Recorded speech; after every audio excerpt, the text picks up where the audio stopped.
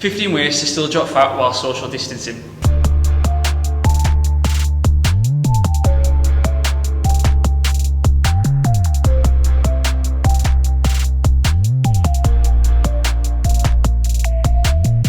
Yo, it's those Yorkshire lads here, and we're going to go through the top 15 tips to drop fat while still in quarantine, self-isolation and social distancing, because it's a bit of a crazy time right now and people will be starting to go stir crazy if they've got to be at home.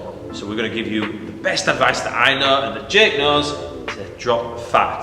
Stick around for the last one because it's something you probably wouldn't have even thought about. Ooh. So number one, we need to be in an energy deficit. By this I mean the scales are in your favour. You need to be burning more calories than your body is consuming. The only way that we put on weight or we lose weight is through this energy balance. If you're eating too many calories than your body burns, you're going to put on weight. If you start eating less than your body is burning, you're going to drop weight. Now, to kind of find a rough guesstimate, I do have a calorie calculator on my website. It's absolutely free. You put all your details in. It's going to be quite specific to you. It's going to give you a good ballpark figure to start with.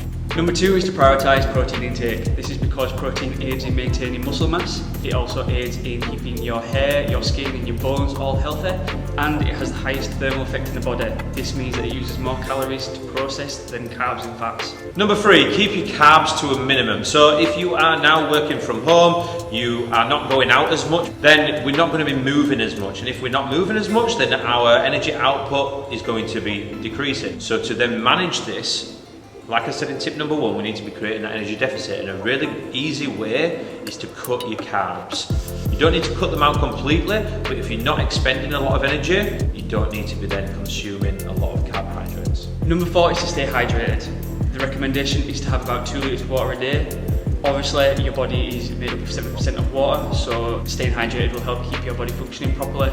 More times than not, cravings come from being dehydrated, so to help fix the cravings, start off by drinking a glass of water and see if this helps it subside. So number five, plan your meals. Make sure we know what we're eating each time of the day. This is going to keep you on track. And then on to link to this, number six, plan your meal times. If you plan your meal times, you're not going to go hours without any food, because what happens when we go hours without any food is our blood sugar starts to drop, cravings start to happen, and then you may go for more sugary, higher calorie foods. Number seven is to skip breakfast. It's something that we've been playing around with for me recently. I noticed that having breakfast in the morning, I was feeling very lethargic. After stopping having breakfast in the morning, I have so much more energy.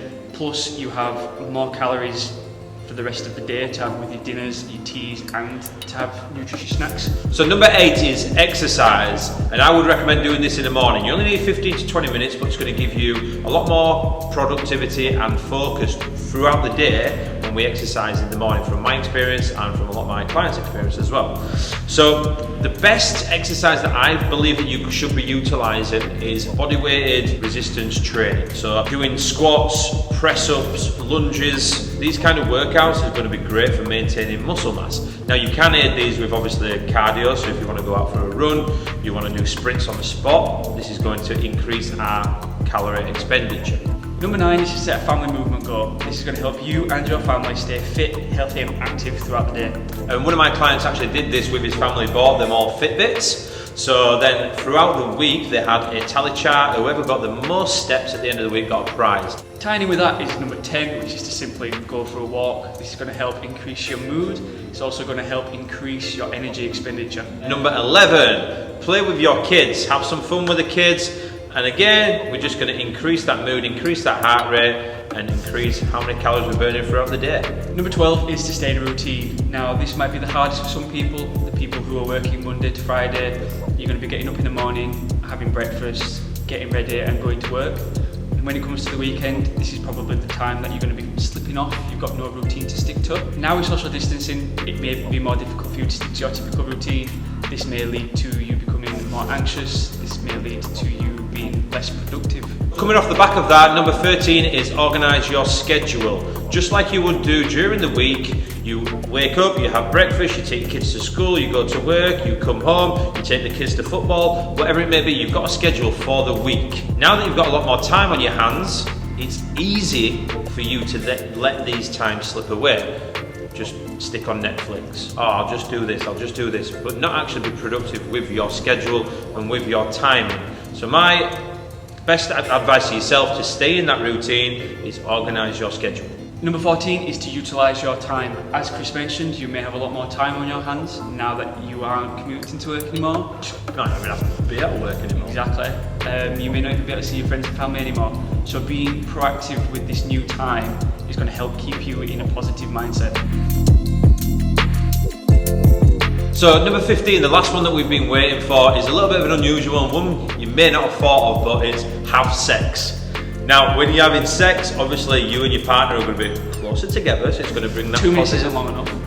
Yeah, that's what we're going to go into. Make sure you're actually doing it for quite a while, and depending on the actual positions that you're going to be doing is going to relate to how much energy you're expending, because if you're just laying down, you're not going to be burning a lot of calories. So make sure you're doing the work.